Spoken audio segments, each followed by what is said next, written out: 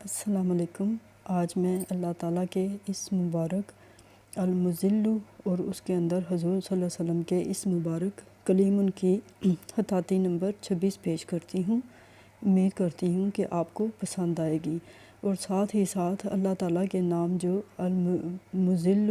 یا پھر یا مذل کی خصوصیات ہیں وہ بھی ساتھ بتاؤں گی آپ کو کہ آپ کس طرح سے اس کو پڑھ کر ورد کر کے اپنی تکلیفیں دور کر سکتے ہیں۔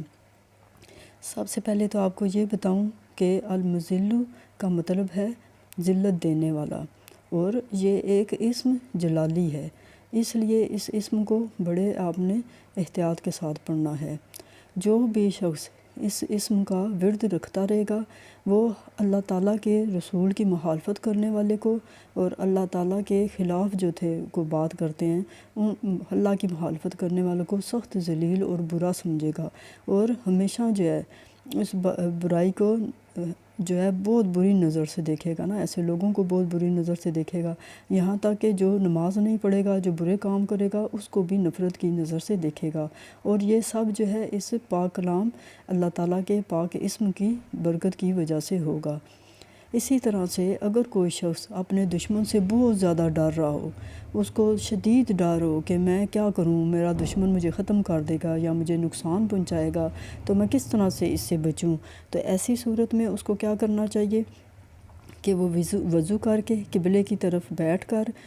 75 دفعہ سجدے میں جا کر نا یا معوذ پڑھے، 75 دفعہ نا سجدے میں جا کر پڑھے، تو پھر اس کے پڑھنے کی برکت سے ایسا ہوگا کہ اس کا دشمن جو ہے اس کی طرف سے بالکل اپنا خیال ہٹا لے گا۔ مگر 3 دن جو ہے نا اس کو المذل یا پھر یا مذل پڑھنا ہے نا، تو انشاءاللہ سے اس کی برکت سے اس کا دشمن بالکل اس کا پیچھا چھوڑ دے گا، اس کی طرف دیکھنا چھوڑ دے گا، اور اللہ تعالیٰ اپنے پاک نام کی برکت سے اس کو اس کے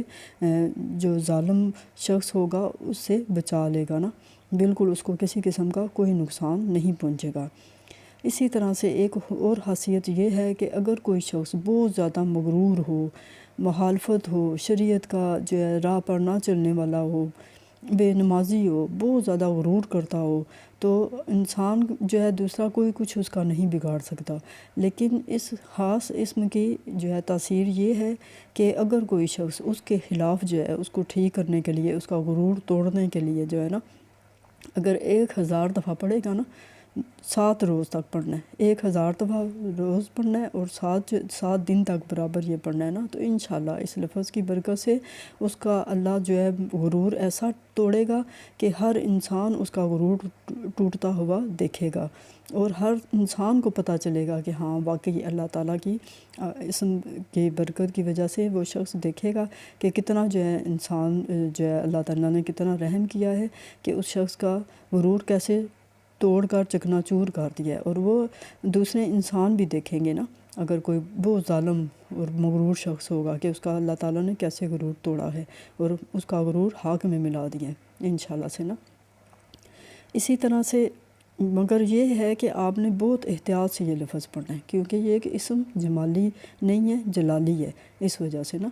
تو اس لیے احتیاط ضروری ہے۔ اسی طرح اگر کسی کے بچے البسیان کی وجہ سے مر جاتے ہیں، یا پھر جو بچتے ہیں وہ بہت ان کی بری حالت ہوتی ہے اور ایسے ہی پتہ چلتا ہے کہ یہ مر جائیں گے، تو آپ نے کیا کرنا ہے، تانبے کی ایک تختی پہ جو ہے نا لفظ المذل یا پھر یا مذل